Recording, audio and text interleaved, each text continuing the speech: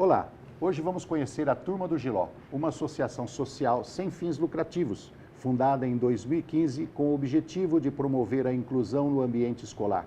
A meta do projeto é transformar as escolas em um local acessível, alegre e aberto para todos.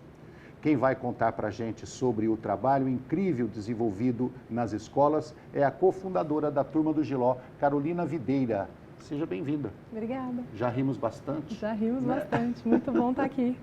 Como é que formou a Turma do Giló? Por quê? Onde? Quando? A ideia da Turma do Giló aconteceu em 2008, com a chegada do meu primogênito, João. O João chegou no mundo com uma síndrome rara e com 2 anos de idade ele foi para a escola e eu optei por uma escola regular. Quando eu coloquei na escola regular em 2010, eu me deparei com um total despreparo das escolas para as crianças com deficiência e eu tirei um sabático, pedi demissão do meu emprego e fui estudar educação inclusiva pelo mundo afora. Com esse conhecimento adquirido, eu achei que tinham vários outros Joões e Marias pelo mundo que precisavam desse acolhimento e dessa comunicação. E aí nasceu a ideia de estruturar um projeto chamado Turma do Giló para levar, de fato, a educação inclusiva para todas as escolas e para todas as crianças. Quais são as atividades desenvolvidas por vocês hoje? A Turma do Giló seleciona as escolas que querem levar o projeto e a gente tem 6 etapas. A primeira etapa é um diagnóstico, então a gente vai fazer entrevistas com todos os professores, com todos os pais, com toda a família das crianças e com todos os alunos das crianças. Com esse diagnóstico em mãos, a gente tem um mapa estruturado de quais são as maiores barreiras para a inclusão escolar daquela escola e a gente começa as nossas atividades. A gente leva primeiro uma formação para todos os professores e funcionários. Eu trago para eles todas as ferramentas para eles poderem tornar as suas aulas acessíveis e inclusivas de fato. São quase 60 horas de formação ao longo de um ano letivo. O segundo eixo é o acolhimento às famílias. Então, a gente entra com assessoria jurídica, acolhimento psicológico, assistência social, para dar para essas famílias todas as informações que elas precisam para que, de fato, os seus direitos e os seus deveres sejam atendidos. A gente também entra com um eixo com as crianças. A gente vai falar sobre diversidade, respeito, empatia com todas as crianças. A ferramenta utilizada é a música, então a gente entra com um programa de música durante um ano letivo. O quarto eixo é a parte de acessibilidade, onde a gente reforma os espaços escolares. E aí, falando de acessibilidade, a acessibilidade não é só rampa e banheiro adaptado. Sim, sem dúvida. Né? A gente tem que fazer todo o preparo do material pedagógico, toda a parte de comunicação da escola precisa ser acessível, fazer o levantamento de intérprete de Libras, de piso tátil, de sinal sonoro, para, de fato, o espaço escolar ser para todas as crianças que queiram, que precisem estudar naquela escola. E no final do ano a gente faz uma festa de encerramento. Um nome bastante curioso, vocês mexem com atividade escolar, de aprendizagem e tudo mais. Qual é a origem do Giló? É uma analogia à educação inclusiva, porque quando a gente fala de educação inclusiva, a primeira reação das pessoas é eu não quero, eu não sei fazer, esse problema não é meu. Assim como o Giló, eu sou uma boa mineira, muitas pessoas não gostam de Giló, sem nunca ao menos terem provado o Giló, porque ele tem a fama de ser amargo. Mas para quem gosta, sabe que se o Giló for bem feito, ele além de saudável é muito gostoso. Mas a verdadeira história da Turma do Giló é que Giló é apelido do João, então é uma turma de amigos que resolveu fazer esse projeto. Bom, então, particularmente, eu também adoro Giló, e Giló não tem essa fama de amargo, eu não sei quem foi que pôs. Ele tem um amargozinho, mas é gostoso. É muito bom, não é? Eu adoro Giló. A gente só precisa saber fazer. Essa pergunta eu vou ter que ler aqui, porque tem uma palavra que ela é um pouco difícil, eu não consigo decorar. Tá bom. O João, seu filho, tem desenvolvimento neuropsicomotor, fora dos parâmetros, e hipotonia. Isso mesmo. Explica pra gente um pouco o significado disso e como afeta a vida do João. João nasceu com uma síndrome rara, chamada Pelizaeus-Merzbacher. Ele tem uma leucodistrofia, que a consequência dessa leucodistrofia é uma hipotonia generalizada. Então, ele não consegue falar, ele não consegue se locomover, o que impossibilita essa comunicação tradicional. Mas não significa que ele não tenha compreensão e que ele não entenda o que está acontecendo. E foi exatamente essa dificuldade de quando ele foi para a escola, que a escola, por ele não se comunicar, por ele não ter marcha, por ele estar exclusivamente numa cadeira de rodas, sorrindo ou chorando, a escola interpretou que aquela criança não ia ter nenhum desenvolvimento pedagógico. E eu questionei a escola, porque todas as crianças aprendem sim, em tempos e em formatos diferentes. Eu tive a possibilidade de encontrar um recurso de tecnologia assistida chamada Tobii, que faz a leitura do movimento dos olhos do meu filho e transcreve para um computador. Com 5 anos de idade, aquela criança conhecia as letras do alfabeto, conhecia os números, ou seja, ele estava processando o conteúdo dado em sala de aula. E aí eu consegui provar para a escola que ele aprendia sim e que a gente precisava investir no desenvolvimento pedagógico dele. E aí... Você sabe, Carolina, que eu tinha comentado com você antes do início do programa, eu estou há 23 anos fazendo programa voltado para pessoa com deficiência. E não são poucos os relatos de professores que simplesmente diziam, não, eu não aceito porque ele não vai aprender nada, não tem jeito de ensinar. Hoje está diminuindo bastante isso, né? Hoje os professores estão entendendo que aprender não é 2 mais 2 é 4 ou que uma forma gramatical. Aprender é muito mais do que isso, né? É muito mais do que isso. Os professores, eles estão muito mais abertos a receber essas crianças.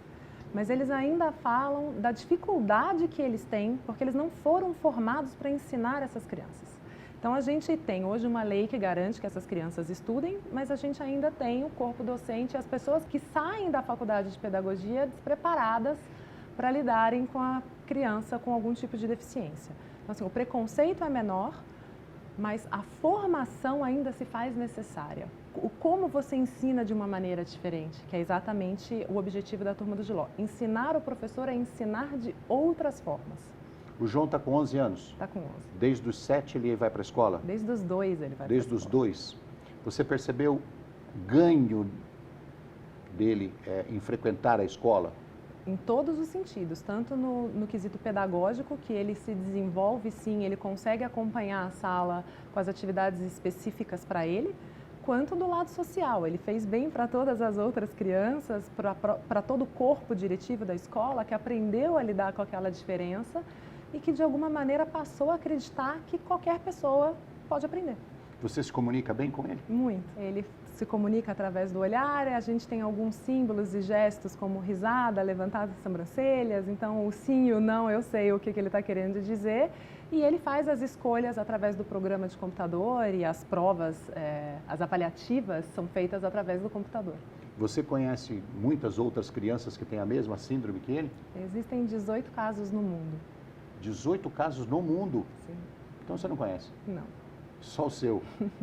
Essa é uma pergunta importante pelo seguinte, todas as vezes que aparece doença rara ou aparece algum tipo de síndrome, aparece algum tipo de deficiência no filho, uma das coisas que eu sempre aconselho é que os pais procurem as comunidades, né? Se juntem para trocar informação, falar isso aqui deu certo, aquilo não deu certo, quer dizer, nem essa oportunidade você não teve. Não.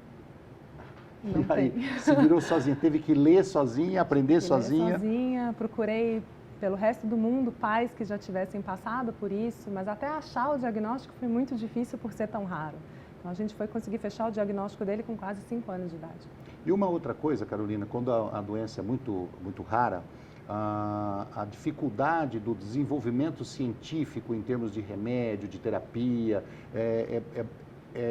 não causa interesse nos laboratórios, né? Exatamente. Porque quando há demanda, os laboratórios investem em cima, em criar remédio, em criar terapias e aí por diante. No seu caso, por exemplo, você não se sentiu amparada por ninguém.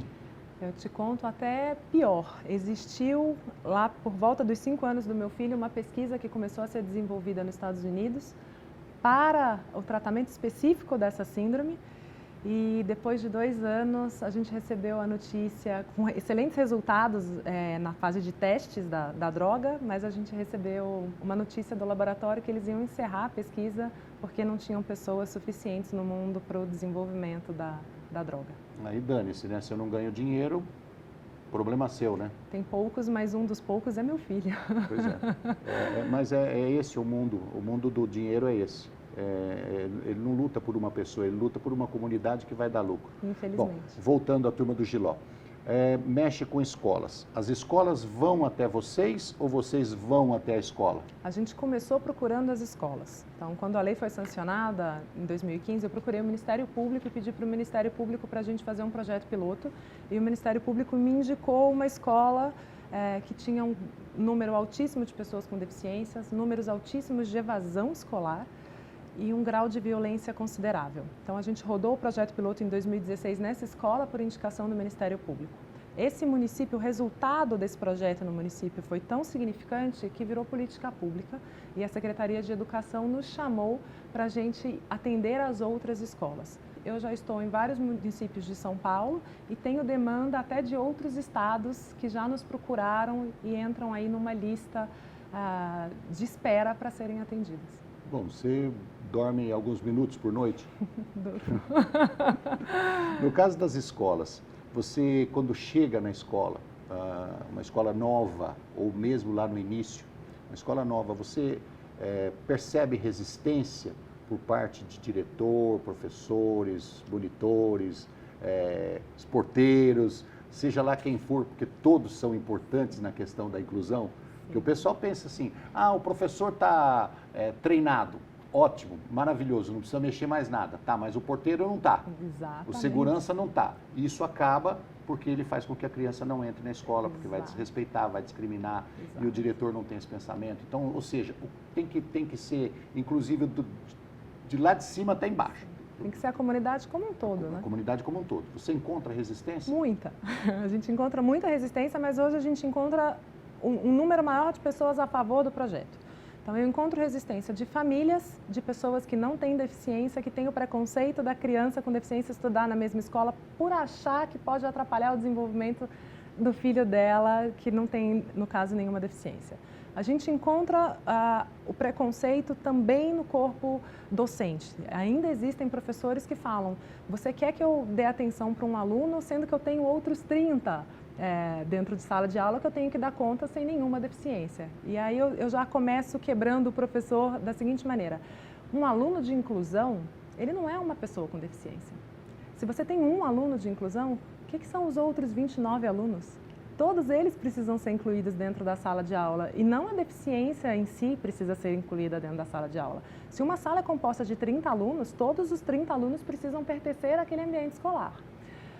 Funcionário, a gente esbarra em problemas de burocracia, de que eles falam que não é a função deles ajudar uma pessoa com deficiência. Então, a gente também precisa ultrapassar essa barreira. Os outros alunos também trazem aí questões, preconceitos e questões enviesadas de que a criança com deficiência não pode desenvolver uma atividade, que não pode ser legal brincar com ela ou que ela não dá conta de fazer determinada atividade. E quando a gente quebra esses tabus, a gente consegue criar uma comunidade de fato inclusiva. O duro são as famílias, né? Os pais de outros alunos que geram preconceito nos alunos e criam um ambiente ruim na escola, né? Sim, é cultural, né? A gente vai passando a informação errada de geração para outra geração e é isso que a gente tenta cortar. Nós estamos conversando com a Carolina Videira e nós vamos para um rápido intervalo e já voltamos.